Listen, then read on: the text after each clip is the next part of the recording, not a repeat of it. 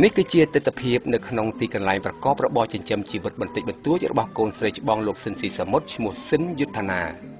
គាត់បានឲ្យដឹងថា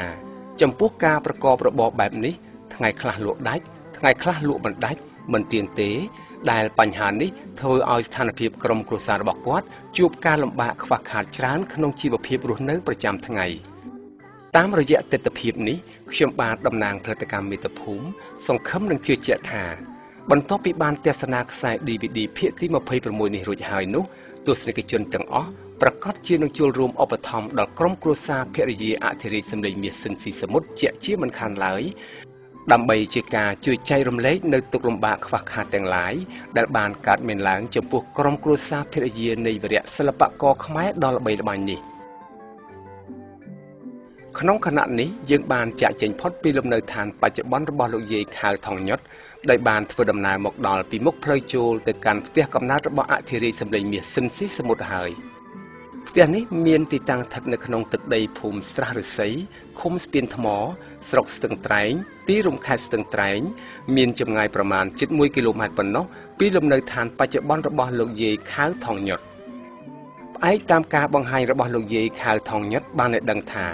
ផ្ទះកំណើតរបស់លោកស៊ិនស៊ីសមុទ្រនេះត្រូវបានកសាងឡើងក្នុងអំឡុងពេលដែលលោកស៊ិនស៊ីសមុទ្រមានជំនាយុប្រមាណ14ទៅ15ឆ្នាំប៉ុណ្ណោះ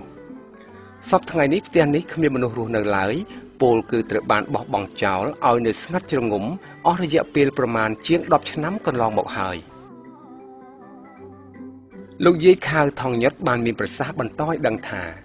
លោកស៊ិនស៊ីសមុទ្រឈប់រស់នៅក្នុងផ្ទះនេះក្រោយពេលដែលលោកបានរៀបអាពាហ៍ពិពាហ៍ជាមួយនឹងលោកយាយដែលត្រូវជាបងប្អូនជាទូតមួយនឹងគ្នាហើយផ្ទះនេះក៏ត្រូវបានលក់ទៅឲ្យសាច់ញាតិក្នុងខណៈពេលដែលក្រុមគ្រួសាររបស់លោកស៊ិនស៊ីសមុទ្រនិងលោកយាយបានទៅរស់នៅទីក្រុងភ្នំពេញកាលពីមុនអំឡុងទសវត្សរ៍ទី50បច្ចុប្បន្ននេះសំណង់គេហដ្ឋាននេះទទួលរងនូវភាពទ្រុឌទ្រោមខ្លាំងព្រោះពុំមានការជួសជុលនិងថែរក្សាឡើងវិញលោកយាយខៅថងញុតបានបន្ថែមថាប្រសិនបើមានលទ្ធភាពនោះលោកយាយចង់ទិញផ្ទះនេះទុកជាកេរដំណែលក្រុមគ្រួសារព្រមទាំងរៀបចំឲ្យคล้ายទៅជាទីកន្លែងមួយសម្រាប់រំលឹកដល់ប្រវត្តិជីវិតរស់នៅរបស់ស្វាមីលោកយាយតាំងពីវ័យកុមារភាពផងដែរបាទខណៈនេះដោយសារដំណើរទស្សនាចររបស់យើងឈានចូលមកដល់ក្នុងទឹកដីកំណើតរបស់អធិរាជសម្លេងមាសស៊ិនស៊ីសមុទ្រទៅហើយនោះខ្ញុំបាទអ្នកធ្វើអត្ថាធិប្បាយសូមធ្វើការរំលឹកឡើងវិញអំពីប្រវត្តិខ្លះៗនៃជីវិតអធិរាជសម្លេងមាសស៊ិនស៊ីសមុទ្រដូចតទៅតាមឯកសារខ្លះបានឲ្យដឹងថាលោកស៊ិនស៊ីសមុទ្របានប្រសូតឡើងនៅពេលជិតភ្លឺក្នុងឆ្នាំរកា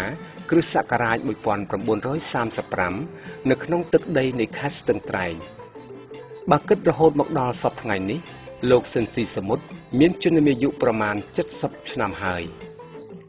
លោកស៊ិនស៊ីសមុទ្របានក្លាយជាអ្នកចម្រៀងដ៏ល្បីល្បាញរបស់ប្រទេសកម្ពុជានៅក្នុងអំឡុងទសវត្សរ៍ទី50ដល់ពាក់កណ្ដាលទសវត្សរ៍ទី70ហើយត្រូវបានគេសន្និដ្ឋានថាលោកអាចត្រូវពួកប៉ុលពតសម្លាប់នៅក្រោយពេលព្រឹត្តិការណ៍ថ្ងៃ17ខែមេសាឆ្នាំ1975ក្រៅពីអាចច្រៀងនៅបទចម្រៀងបែបសម័យនិងបុរាណរួមទាំងបទចម្រៀងបរទេសខ្លះបានយ៉ាងពិរោះនោះលោកស៊ិនស៊ីសមុទ្រត្រូវបានគេដឹងថាចេះនិពន្ធបទភ្លេងនិងទំនុកច្រៀងហើយក៏អាចលេងឧបករណ៍ភ្លេងម៉ុងដូលីនបានយ៉ាងស្ទាត់ជំនាញថែមទៀតផងអធិរាជសម្លេងមាសស៊ិនស៊ីសមុទ្រមុនពេលដែលបានលាចាកលោកទៅដោយសារការសម្លាប់របស់ពួកប៉ុលពតនោះត្រូវបានគេសន្និដ្ឋានថាលោកបានបន្សល់ទុកនៅទឹកដមសម្លេងច្រៀងដ៏រស់រវើកជាមួយនឹងបទចម្រៀងចំនួនប្រមាណជិត 10000 បទឯណោះក្នុងនេះបទចម្រៀងរបស់លោកគឺសុទ្ធតែបានរៀបរាប់នៅគ្រប់ទិដ្ឋភាពនៃជីវិតក្នុងសង្គមខ្មែររហូតធ្វើឲ្យអ្នកចម្រៀងសម័យក្រោយៗមកពិបាករកអ្វីមកច្រៀងឲ្យថ្មីខុសប្លែកពីបទចម្រៀងរបស់លោកខ្លាំងណាស់ផ្អែកលើការដំណើរពីព្រឹទ្ធាចារ្យសិល្បករខ្មែរក្នុងទសវត្សរ៍ទី50ដែលជាមិត្តភក្តិស្និទ្ធស្នាលជាមួយអធិរាជសម្លេងមាសស៊ិនស៊ីសមុទ្រនោះបានបង្ហាញឲ្យដឹងដែរថា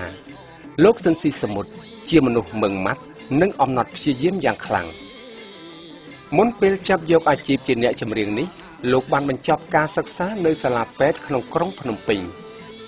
លោកស៊ិនស៊ីសមុទ្រចូលចិត្តលេងកីឡាណាស់ពិសេសការហាត់ច្រៀងរបស់លោករហូតបានដល់កម្រិតកំពូលយ៉ាងដូចនេះក៏បានផ្សារភ្ជាប់ជាមួយនឹងវិស័យកីឡាដែរ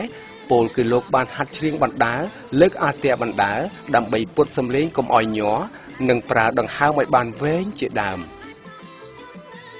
តាមការបង្ហាញដដែលបានឲ្យដឹងទៀតថាលោកស៊ិនស៊ីសមុទ្រមានការពុះពៀតស៊ូខ្លាំងណាស់ក្នុងការខិតខំប្រឹងប្រែងលើកស្ទួយវិស័យសិល្បៈចម្រៀងខ្មែររួមជាមួយនឹងបុព្វសិល្បករសិល្បករនីកវីនិពន្ធឆ្នើមមួយចំនួនទៀតក្នុងខណៈពេលដែលកំពុងមានការប្រជែងផ្នែកទឹកដមសម្លេងច្រៀងជាមួយតារាចម្រៀងដ៏ល្បីឈ្មោះរបស់ប្រទេសថៃគឺលោកសំយុទ្ធនិងលោកសូថេវវង្សកំផែងនោះទស្សនិកជនទាំងអស់ជាទីមេត្រីតាមរយៈស្នាដៃនិងទេពកោសល្យរបស់អធិរាជសម្លេងមាសស៊ិនស៊ីសមុទ្រដែលបានបន្សល់ទុករហូតមកដល់បច្ចុប្បន្នដោយរកអ្នកស្នងគ្មាននោះក្នុងនាមផលិតកម្មមាតុភូមិសង្ឃឹមនឹងជឿជាក់ថាកិត្តិយសរបស់អធិរាជសម្លេងមាសស៊ិនស៊ីសមុទ្រនឹងត្រូវបានលើកដំកើងតាមរយៈការបង្កើតឲ្យមានជាទិវាអធិរាជសម្លេងមាសស៊ិនស៊ីសមុទ្រឬក៏បង្កើតឲ្យមានជារូបសំណាករបស់លោកដាក់តាំងនៅតាមទីកន្លែងដ៏សមរម្យណាមួយជាក់ជាមិនខានសម្រាប់ថ្ងៃអនាគតដ៏ខ្លីខាងមុខនេះក្នុងខណៈនេះដោយសារតែពេលវេលានៃដំណើរទស្សនាចររបស់យើងនៅក្នុងខ្សែ DVD ភាគទី26នេះចេះតែរំកិលទៅមុខជាបណ្ដាហើយនោះខ្ញុំបាទអ្នកធ្វើអត្ថាធិប្បាយសូមជម្រាបផងដែរថានៅចុងបញ្ចប់នៃខ្សែ DVD នេះផលិតកម្មមាតុភូមិយើងខ្ញុំនឹងមានបង្ហាញជូនទស្សនិកជនទាំងអស់ទស្សនានៅជីវភាពនៃជីវិតពិតបច្ចុប្បន្នរបស់ក្រុមគ្រួសារលោកស៊ិនច័ន្ទឆាយាដែលជាកូនប្រុសបង្កើតរបស់អធិរាជសម្លេងមាសស៊ិនស៊ីសមុទ្រជាបន្តទៀតក្នុងខណៈនេះក្រុម